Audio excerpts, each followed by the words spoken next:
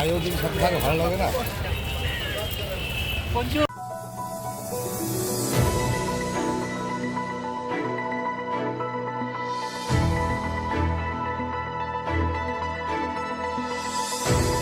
শিলিগুড়ি চম্পাশাড়ি এলাকায় ব্যবসায়ীকে অপহরণের ঘটনায় তদন্তে নেমে আরও একজনকে গ্রেপ্তার করল প্রধাননগর থানার পুলিশ।